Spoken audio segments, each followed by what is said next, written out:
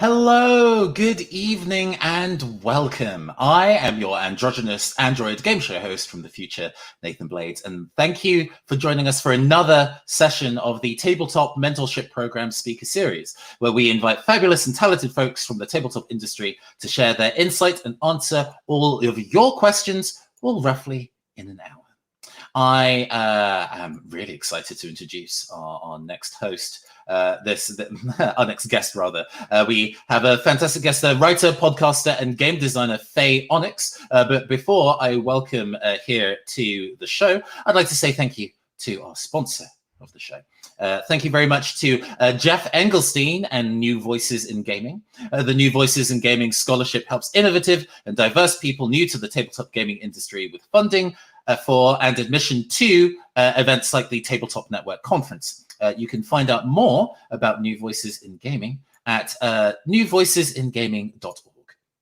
We also want to say thank you very, very much to our patrons. Thank you very much to Eric Reese, Curtis Fry, and Angela Belsol for your fantastic patronage. If you also would like to support the Tabletop Mentorship Program, am I muted? No. I'm not muted. But good. I was worried for a second there. If you would like to support us on Patreon, you can find us at patreon.com/tabletop mentorship program. Fantastic. With all our props and big ups out the way, please, everybody, give a warm welcome to Fay Onyx, everybody. Hi. Hello. Hi. Thank you so much. I am really excited to be here because this is a topic I am passionate about. Mm-hmm. Oh yes, yeah. I'm really excited when I getting to look through the list of people that I get to speak to and what their topics are about. I'm like, oh, this one's super relevant to my interests as somebody who's big into tabletop RPGs. I'm very excited to learn a bunch today. So please tell everybody, Faye, about yourself and the work that you do. Yeah. So one of the big things that I do is I create resources for storytellers and game designers to represent disability respectfully. That's one of the big things I do. I also have a podcast, which is kind of where some of this started, because one of the series in my podcast is called Unfamiliar Heroes, and it's where people with disabilities play characters with disabilities. And I have learned so much from doing that. Sorry. Of course, as soon as I start talking, my throat gets all weird. So yeah, I've learned so much. I am so sorry. No, take your time. I have learned so much from doing that about disability in games and how to represent disability respectfully. And I'm also a game designer, so I've working on my game system called Magic Goes Awry. And one of my main goals there was to create something with detailed character creation, but that has a rules-like core system that's going to be accessible to people who maybe have a harder time with math and tracking things. Mm-hmm. So I've done a lot of this work and then learning from my interactions with people. And that's kind of where it started. And I just kept noticing areas that were like, oh, there's a resource missing here. I can't find this resource. So I started making them myself. I started making them myself. And now my website has an almost ridiculously long resources tab because I just keep finding, I want this resource. Why doesn't it exist? I guess I'm going to make it. Mm-hmm, for sure. I'm looking forward to the whistle stop tour of that in your presentation, saying it for the camera: disability pratfalls in role-playing games and how to avoid them. Now, I know that you've done a ton of research for this, which is astounding. It's always nice to be able to do the additional reading. I will be posting the links that are relevant to the slides at hand in the chat as we go. But there will also be in the video description after this production a link to a Google Doc with all of the links all in one place. So it'll be nice and easy to find. Organized by topic. Yeah. Without further ado, I'm going to summon your presentation, and then I will vanish into the ether. While everybody's watching this presentation, please do you think of questions to go and ask Faye there will be the ability for Q&A at the end of the session. But without further ado, please take it away. Thank you so much. So as Nathan said, I'm going to be talking about disability pitfalls in role-playing games and how to avoid them. So, okay, so, whoop. So, hi, I'm Fay Onyx. So I guess I've already had a bit of an introduction, but as I said, Z here pronouns, and yeah, I make these resources and I'm really excited to share what I've learned with everyone. So really quickly, as we get started here, this is a huge topic. So I'm going to be moving pretty fast. And my goal here is to give you an overview that's really going to serve as a starting point for further investigation, thus the giant resource list. So my goal there was to give people things that allow for further learning, because I feel like there's not enough of a sense of an overview on this topic. So that's why I'm focusing on that, so that people can find those areas to keep learning. I also want to acknowledge that everyone is starting in a different place with knowledge about disability. Disability is one of those things where there's pockets of communities that understand different things. Understanding is growing, awareness is growing, but it's still really hit or miss for a lot of folks, depending on what area you're in. And it's okay if you're starting, oh my goodness, I'm so sorry. It's okay if you're starting in a place where you don't know much. I have links and resources to help with that. And we are going to go over a few basics first to help with that. So let's talk about disability briefly. So one thing that's really important is to be aware of how common disability is.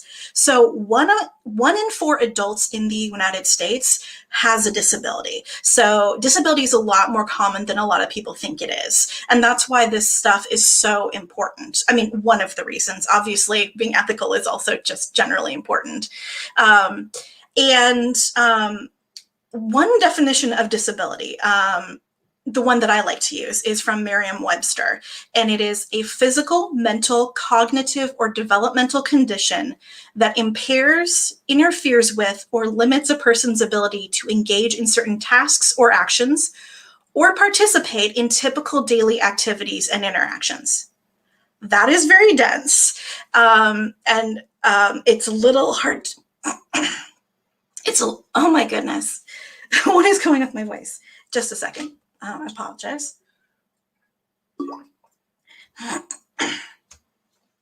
It's a little hard to parse out all of that. But the thing to do, and why I really like this definition, is that it's really useful for identifying both real and fictional disabilities. So we're looking for things that impair or interfere with or limit daily activities, abilities to do tasks, right? Abilities to interact.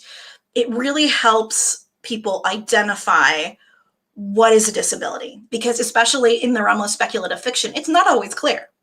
And it's important to note that whether we're talking about real disabilities or fictional disabilities, negative depictions of disability spread stereotypes and misinformation. So let's talk briefly about language.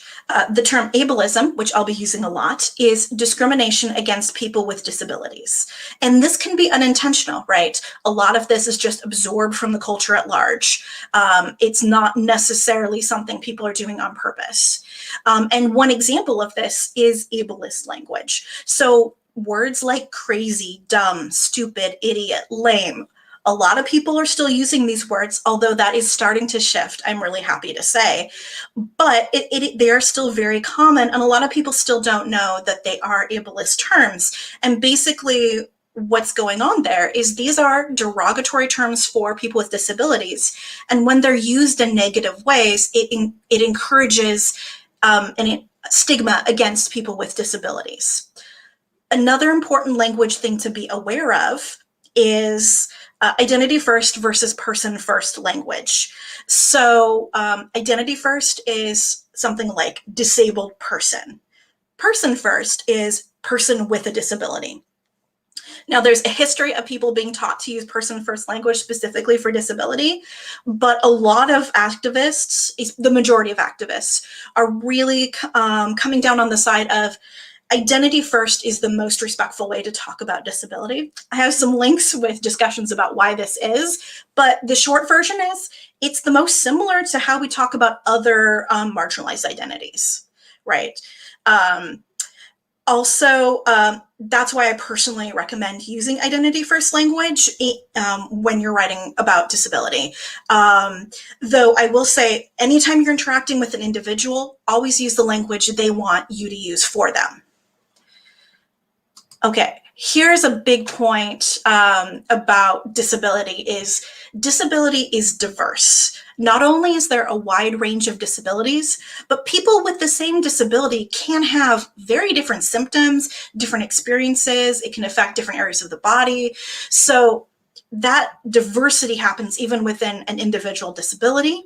In addition, disabilities can be experienced as a limitation, a neutral difference, or both. So experiencing a disability as a limitation would be something like how I experience my chronic back condition.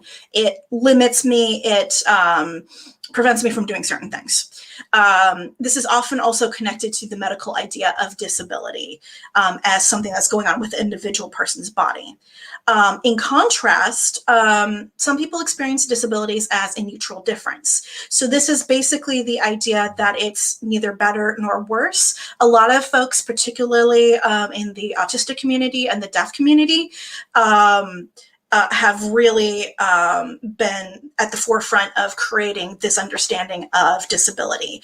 And it's basically looking at the limitations that happen in people's lives as something that is largely created by society. So that's where we have lack of interpreters, lack of ramps, for example. And you can get people with the same condition that experience their disability as a limitation or neutral difference.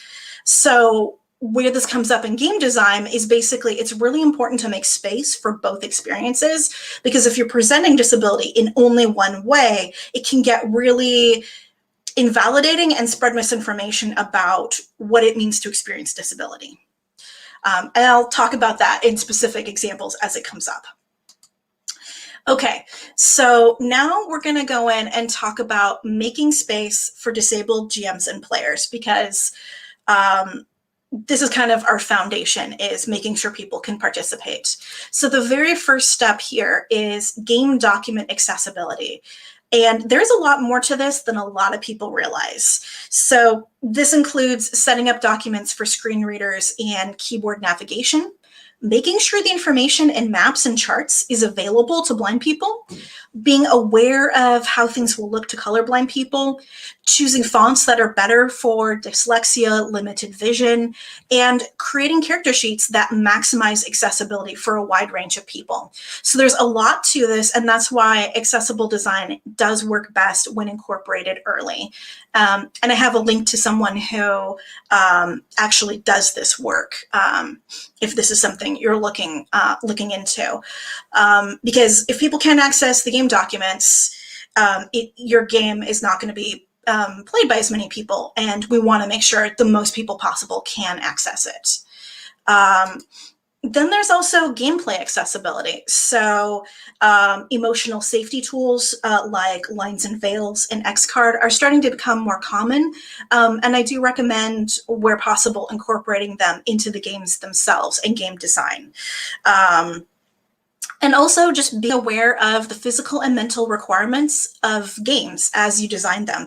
So physical requirements are things like dice, maps, props, but also like physical actions. So like the game Dread uses Jenga as a core mechanic. And you've got to keep in mind that that core mechanic is going to be much more accessible to some people than others. There's also mental aspects of games. So complexity, how much math is involved, tracking information, how fast you need to do things. Those are also going to affect how people experience the game and who the game is accessible for.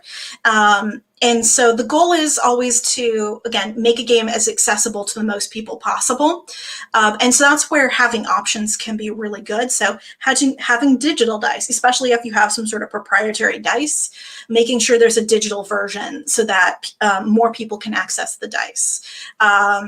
If you have a game with complex character design, like my own game, having pre-made characters so that folks who find a lot of options overwhelming can just go and they don't have to go through that process. A lot of games these days are starting to have simplified rule sets. So having that as an option is also good. And also just the more you can keep things flexible and customizable, that's going to allow people to make the changes they need.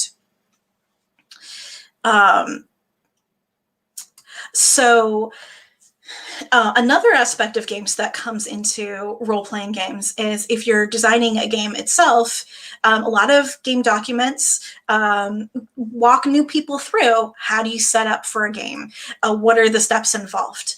And if you do that, it's really important to not use judgmental language about different ways of playing. So not saying online or in-person gaming is better, right? Because when it comes to disability, some people will find online more accessible. Some people will find in-person more accessible. So we have different people with different access needs, sometimes opposite access needs.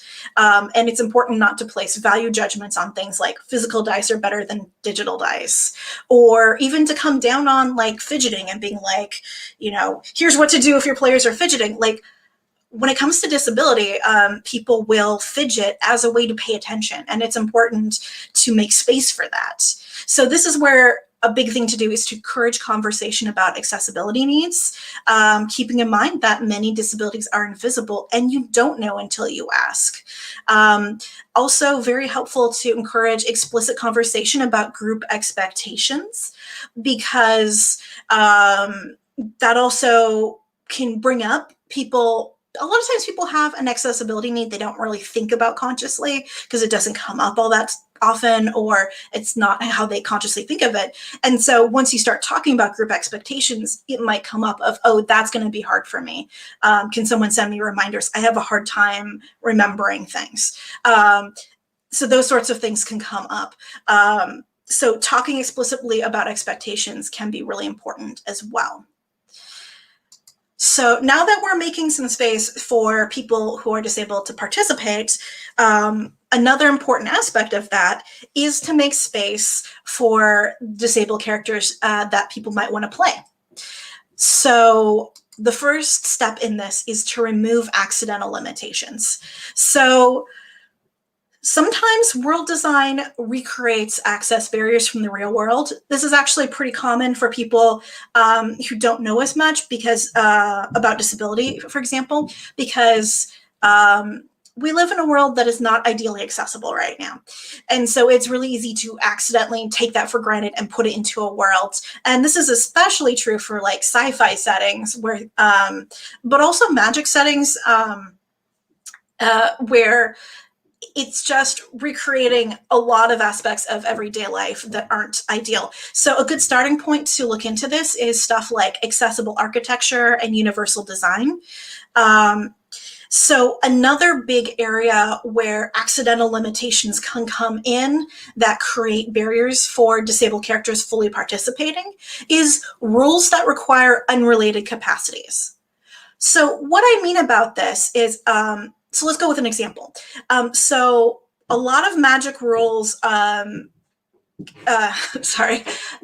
magic can have some pretty complex rules, and you can end up with magic being like limited to line of sight, or people are trying to create these limitations of like, oh, there's a vocalization and a movement, without realizing that once you start creating these rules for magic, you're adding in these capacities like sight, specific movements, vocalizations that are not originally inherent to magic, but then are then going to make it so that characters with certain disabilities aren't going to be able to access magic or cast magic with the same ease that someone who's non-disabled could. And so the goal is to either not require capacities. So instead of line of sight, we have line of effect. There's not a capacity being used. It's just, is there a direct line between the person and the thing they're affecting? But you can also do stuff like just make it general. Instead of going with line of sight, just have people target magic with perception. So they can target magic against people they can see, for example. And so now we're, again, not limiting it to sight. We're going broader. Also, you can give choices. So if you want some limitations on your magic, circumstances that make it harder for people to cast magic, maybe give 3 or 4 choices of that so that people can choose ones that are going to work better for their character's disabilities. Another big thing is, while assistive devices like mobility devices, wheelchairs, canes, all of these types of things, while they're great, and it's important to include them in games, don't use them to bandage design problems, because it can create a situation where it's just more and more accessibility tools rather than actually making an accessible environment. And that can create situations where it's just this giant list of things people have to keep track of, and it's not as welcoming, it's not as equal. So another thing is working to represent disability respectfully. So avoiding stigmatizing language like flaw. Separating disability and temporary conditions is also a big thing, because there's actually a big difference between a disability and something that is a temporary thing happening to a non-disabled person. And this is actually a big point about disabled experience, is it's more than just a non-disabled experience that's a little more extreme. There are unique aspects to the disabled experience. So as an example, being blind is actually distinct from being a sighted person who temporarily can't see. And in fact, there have been studies done where they take sighted people, they blindfold them, they do this kind of sensitivity exercises that some people like to do. And they find that afterwards, those sighted people have a more negative idea of what it means to be blind. They're actually having more stigma, less accurate ideas of what blind people can do from that experience, right, than they had beforehand. And so that's a really good example of how disability is different than a temporary conditions. And that's why that distinction is so important to make. Also, avoid reductive one-size-fits-all mechanics for disability. We're going to talk more about mechanics later. Another thing is make sure that senses are specific. So a lot of games do bring up this thing like blind sight. In addition to the thing that real blind sight is nothing like what the sense in a game is, we also have this issue of a lot of times blind sight ends up being, it's like seeing, but not seeing. And it's like, well, if you want something that basically operates like seeing, just use seeing. But if you want something that's different than seeing, use something specific like echolocation. So echolocation can have specific strengths and weaknesses. It might be very hard to read things with echolocation, but hey, fog's not a problem. So it's going to have different strengths and weaknesses, and go with that realism. It will enhance your game, and also it'll be more respectful. Okay, so mechanics for disability. So it is totally valid to not do mechanics for disability. I mean, it's a lot to do. It's a lot to make them respectful. It's okay to just encourage GMs and players to talk about it and do some research and work it out together. That's totally fine. Another option is to have a customizable core mechanic. So a great example of this is the Fate system. And I do particularly want to recommend the Fate Accessibility Toolkit. A great group of folks with disabilities came together to make this. And it really goes through how to use Fate to incorporate disability. And one of the big things about it is the core mechanic of Fate really seamlessly incorporates disability in a way where, yes, it's cool to have specific rules for mobility devices, for example, but the core mechanic incorporates disability in a really seamless way. If you do think that you want to make some mechanics for disability, I do highly recommend focusing on symptoms and disabled experiences rather than trying to make something for a whole disability. Also, there's a lot of them. It's not really possible to make mechanics for everything. So you focus on things that are common to many disabilities, like triggers, limited capacity, flare-ups. Another big thing is to find the balance. So disability should affect characters, but at the same time, the character needs to be able to fully participate in the game, right? So we have to address access needs, because anytime the character runs into a situation where they're not fully able to participate, that's an access need. So that needs to be addressed. And so one of the key aspects for finding balance is often incorporating side effects and limitations of various accessibility tools. So, for example, an electric wheelchair has only so much battery capacity, right? There's a limit there. This is a real experience of disability, and these side effects, like side effects of medications, these are real things that are part of the experience of disability, and also can create that sort of balancing effect. And I do have a lot more to say about this. This is definitely something, if you're going to create mechanics for disability, you do need to consult if you're not someone with a disability yourself. Okay, it is time to talk about insanity. Cosmic horror fans, it's going to be okay. There are things we can do. But we do really need to get into this.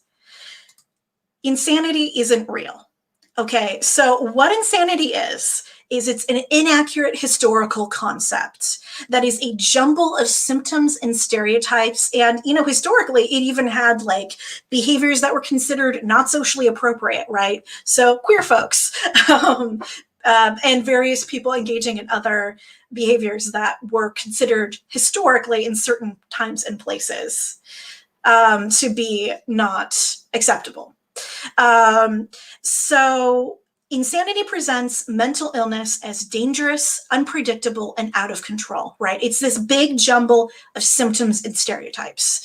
And it's important to keep in mind that because sanity is the opposite of insanity, it's also stigmatizing.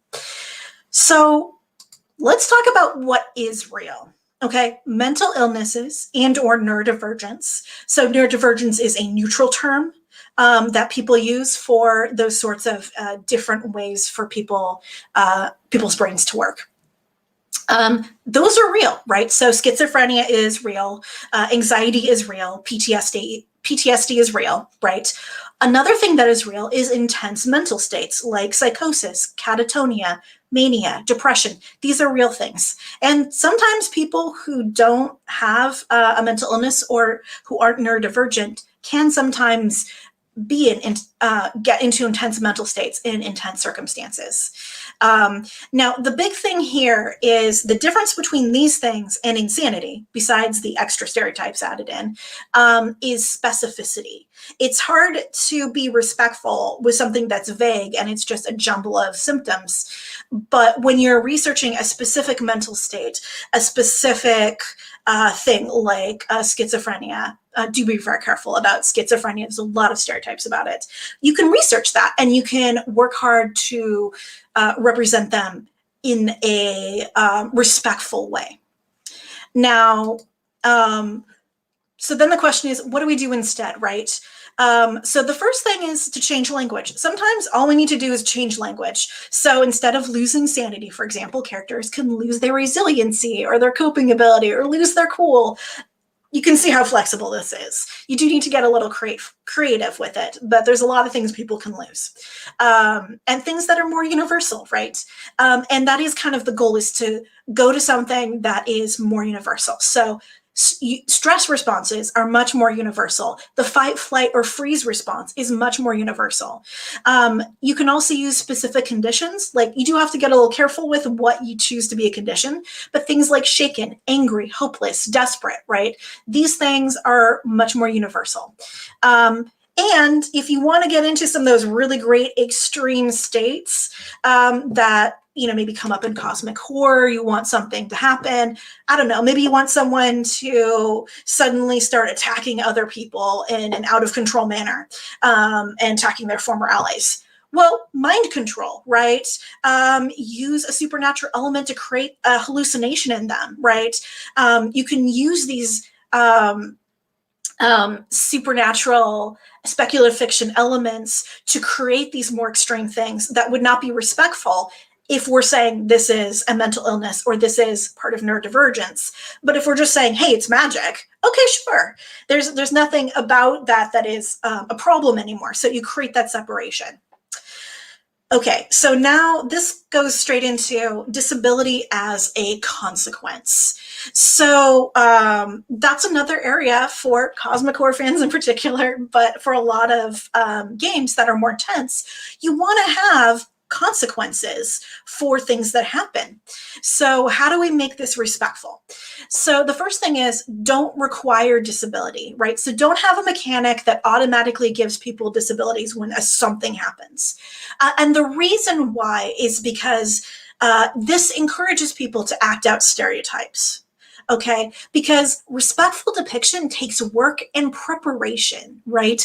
Being accurate when you're representing a marginalized group, that's a lot of pressure, and not everyone is up for that. They may be here for some cosmic horror. They're not necessarily going to be here for taking on the pressure of representing someone else's marginalized experience. And that's why players need to control their own characters' oppressed identities. That is very important for that to happen, because you can't represent something respectfully if it's not a choice, right? Or rather, you can, but it doesn't create a good dynamic. It doesn't encourage respectful representation.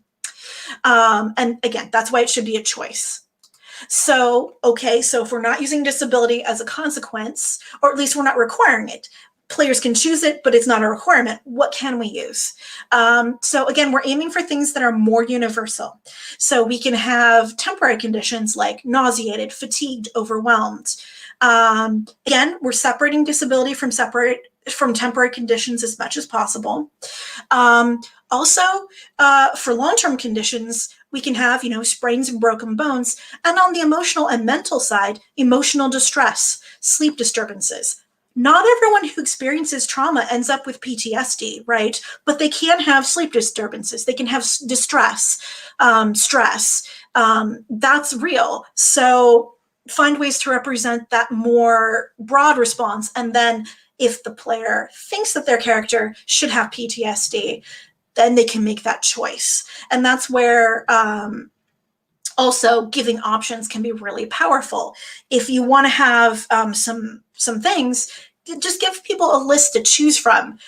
Disability can be one option of a consequence of play. A consequence of things that come up in gameplay, right? But as long as it's in a list with other options, that's where that becomes more respectful. Also, there's a lot of other types of consequences if we want to go in for those long-term things. Change the character, alter their convictions, ethics, and core beliefs. They can be lost resources, financial costs, broken items, reduced social capital. There can be story consequences like negative outcomes, burned bridges, metaphorically or literally, I guess. People can owe people favors and owe to someone they don't really want to owe a favor to, right? Again, giving players a chance to say, here's what I think the long-term outcome on my character is for this. Doing that can also be very powerful. Players are very creative, and giving them the ability to decide is a powerful thing. So another area where disability comes up is extreme character traits. Okay, so what I'm talking about is stuff like any sort of quirk, flaw, or like a stat that's really low, right? And so the first thing here is recognizing disability. So we're back to our Merriam-Webster definition again. This is why I love this definition, even though it's really dense. Disability is a physical, mental, cognitive, or developmental condition that impairs, interferes with, or limits a person's ability to engage in certain tasks or actions or participate in typical daily activities and interactions, right? So any character trait that comes in and it's interfering with a daily activity in a significant ongoing way, right? It's not just a one-time thing, but it's regularly interfering with a character's daily activities, or it's limiting someone's ability to do something important to them in an ongoing way. We've reached the situation where this trait is operating like a disability. And I think you'll find when you start looking at these traits and doing research, you can think like, oh, well, clumsiness, that's a normal thing. But if you do research and you say, okay, like what disabilities might involve a more extreme version of clumsiness, then we come in and we say, oh, yeah, motor coordination disabilities can cause symptoms that are perceived by others sometimes as clumsiness, or people themselves might think of it as clumsiness. But there's a range of motor coordination disabilities that can cause this.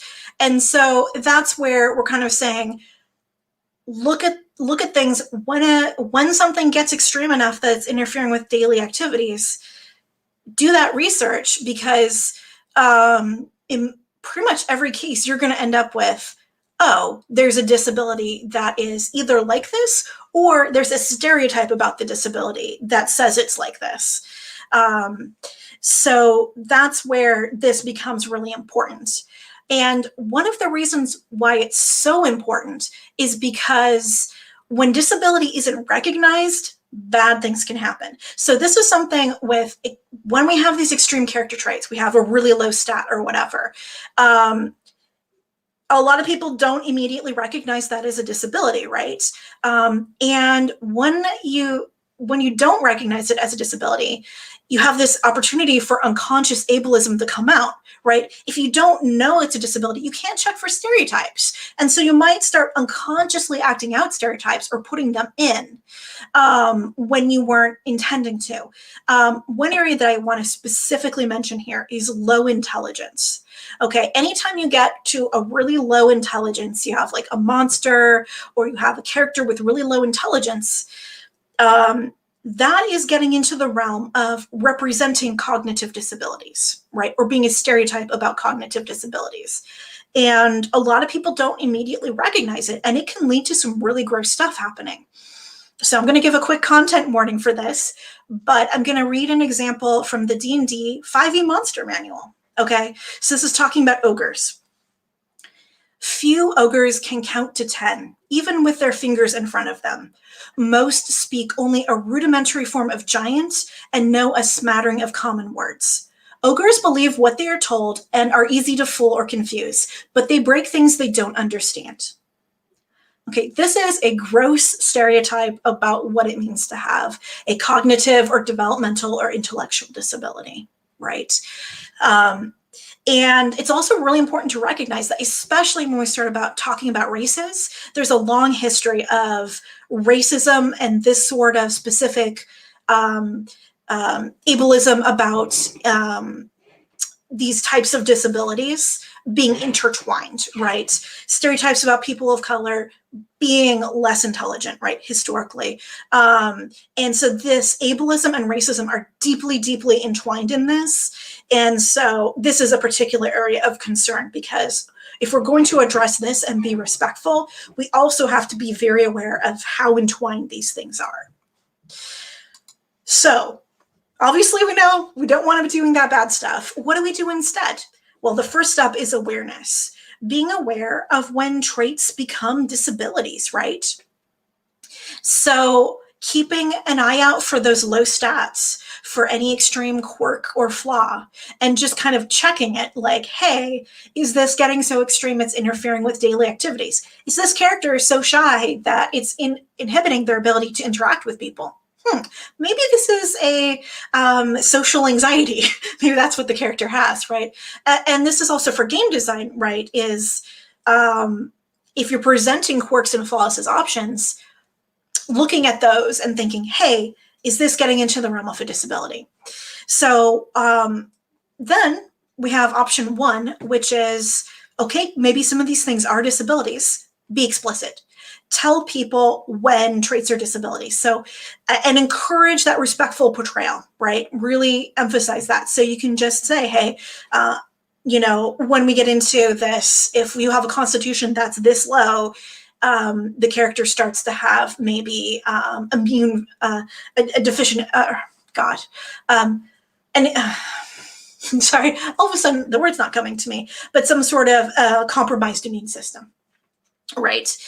So you can call that out. I do want to be particularly saying, though, anytime you're talking about mental stats, because of the history of things like IQ and the ableism around that, I would hesitate to have number values necessarily connected to specifically, like, especially intelligence. And you want to be really careful. You definitely do consulting if you're thinking about doing that.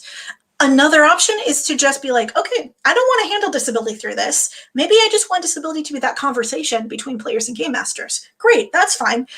Cut things off before we get into the realm of disability. Stay on the not nebulous middle zone, right?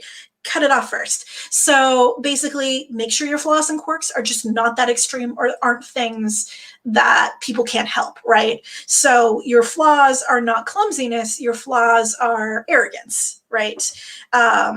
Or if it is going to be clumsiness, you're doing some research and making sure you're not getting too close to a disability.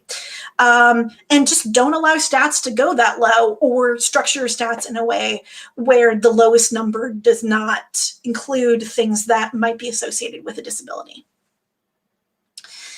Okay, so now we're here in the realm of monsters. This is my final big topic, and we're going to see a lot of these things come back into monsters, but I just really wanted to bring this up because monsters are such a big area where this can come out. And I just want to start off by saying it's okay for monsters to have disabilities, right?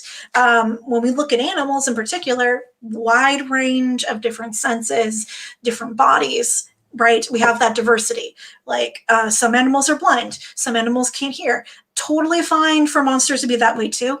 But we have to really look out for situations that become stigmatizing. Do not use disability to make weaknesses or to make monsters seem dangerous, unsettling, unpredictable. This is very stigmatizing. And the same goes for villains, right? If we have a weakness, we want them to have weakness, make sure that's not going to be something that's going to be, again, like a disability.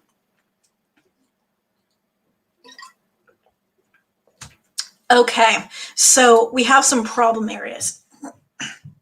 So good old low intelligence rears its head again here. So this is also a big issue in terms of, especially when we talk about sapient species, like things that might be considered evil races. This particularly is an issue, but low intelligence is often used as kind of a weakness, right? And this is extremely stigmatizing.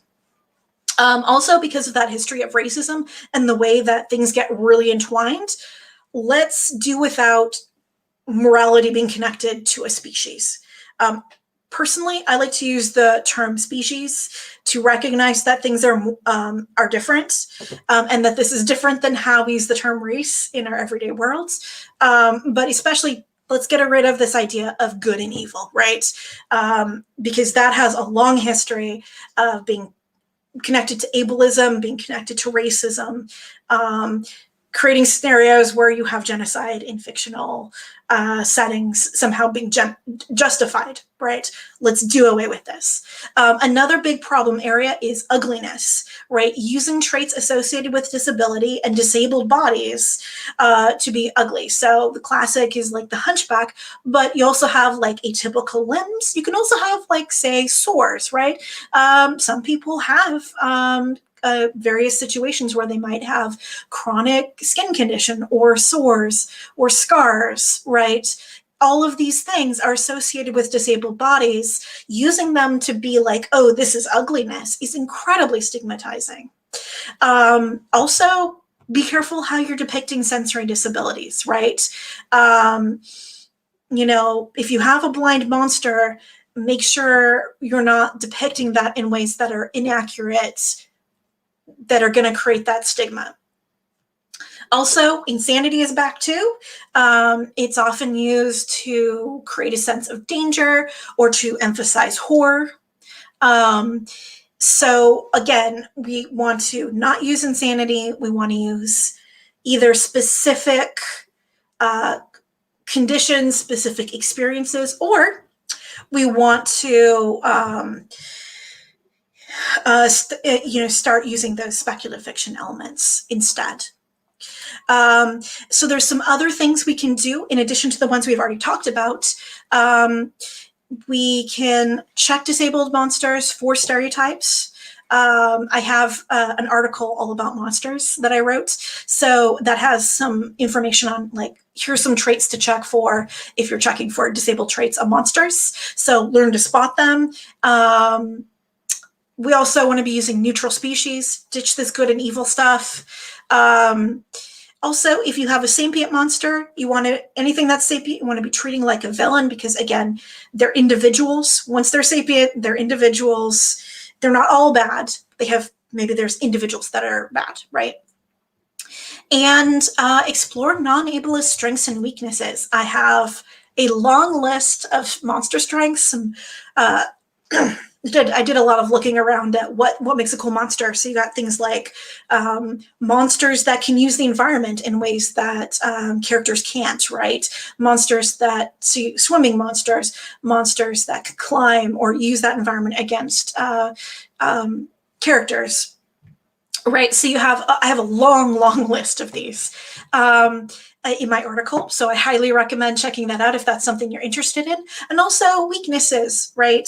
There can be a lot of different weaknesses that you can use and get creative with. And finally, it's important to treat disability as neutral.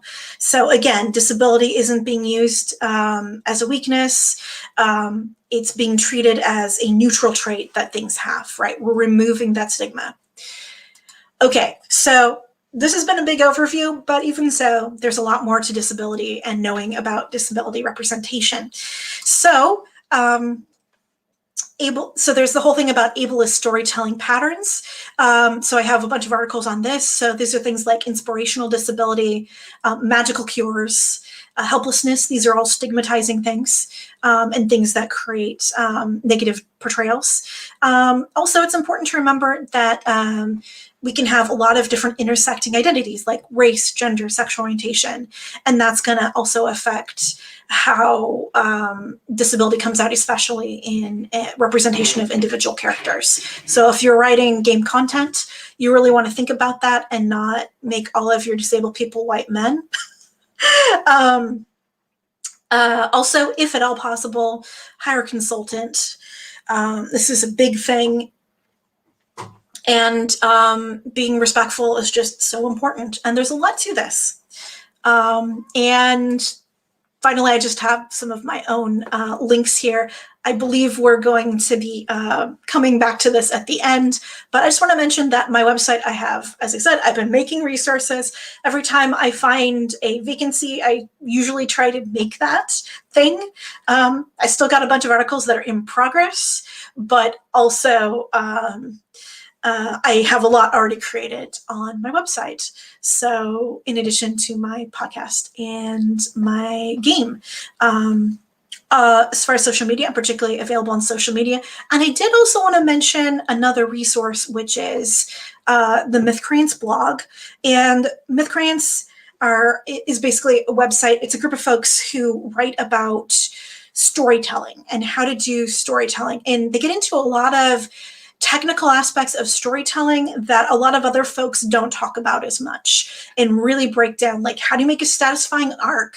And they also have in the past done a lot of stuff that is gaming stuff as well.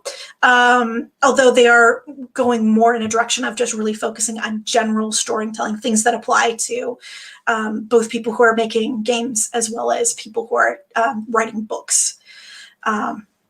So I really wanted to call that out, and I have a monthly Q&A series on the Mythcrants blog where I answer a question, and it does need to be a question that will apply to other people or that kind of brings up a topic that may have some utility for other people, but I do answer one question a month.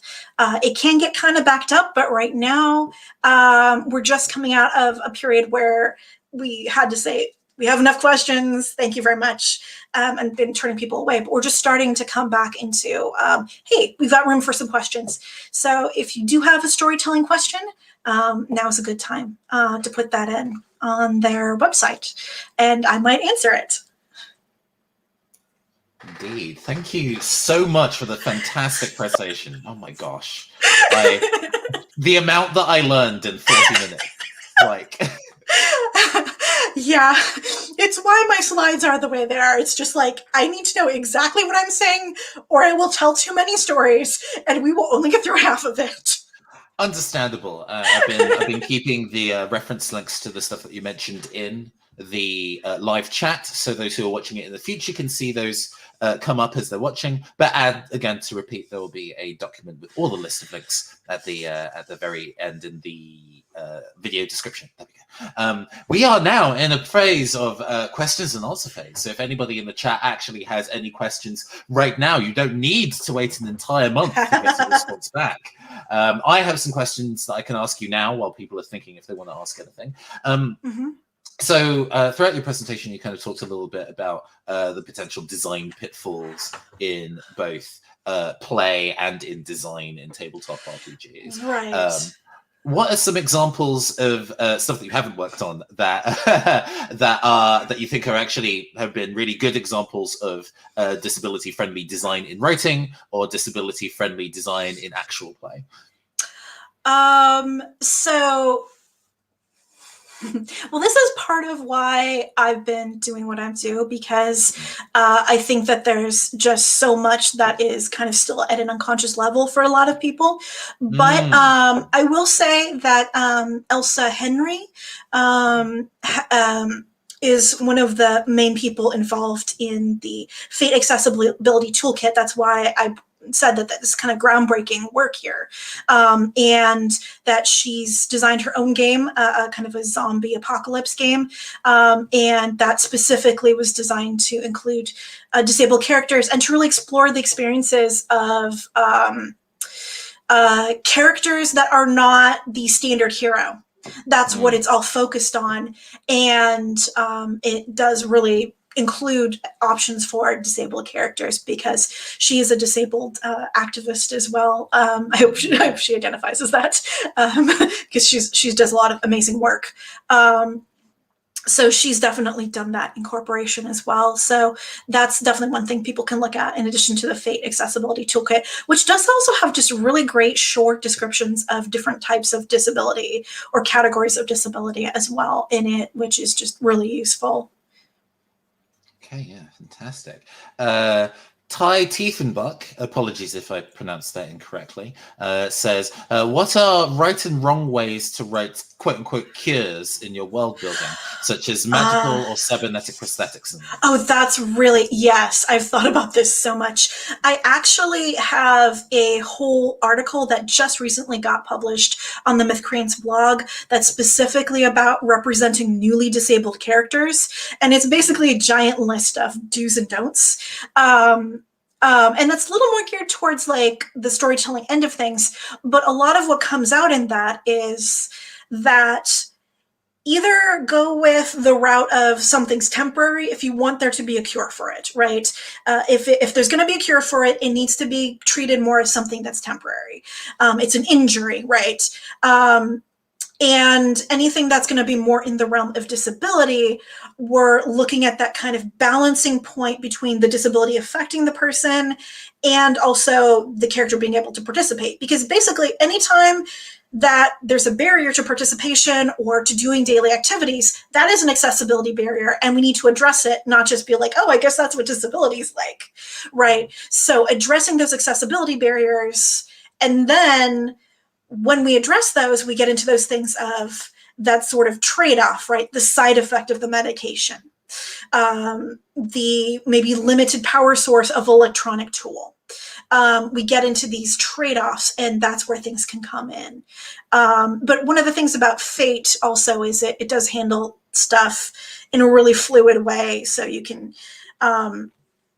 have these downsides and upsides going in, and you can really explore both aspects of the disability. But that's kind of my recommendation, is just make that more of a clear separation. Of course, in the real world, there is more of a gray area. People can have a long-term disability that gradually gets better. Like, especially if you're recovering from a significant injury, that can be a multi-year process, right?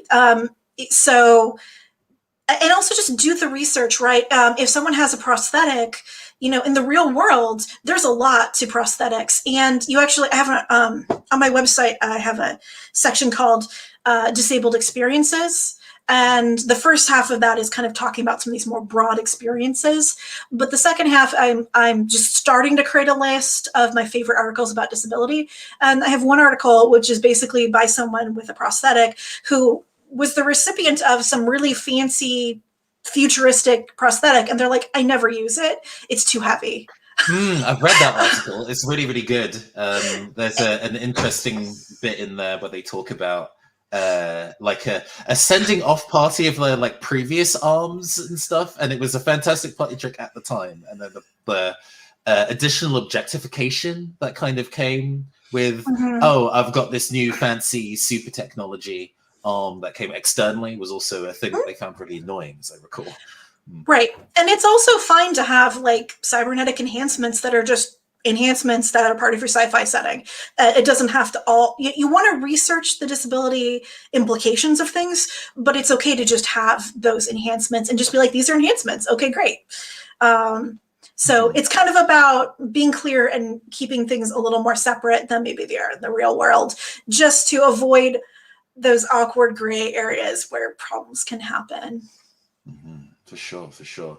No, this has been such a fantastic and enlightening discussion. As somebody who runs a lot of cyberpunk themed stuff, and then it kind of talks a lot about the both the kind of queer and disabled relationship between altering one's body in a way that one would prefer, and maybe the trials and tribulations that come with that. Learning about the wider scope and the involvement of that, I always find fascinating.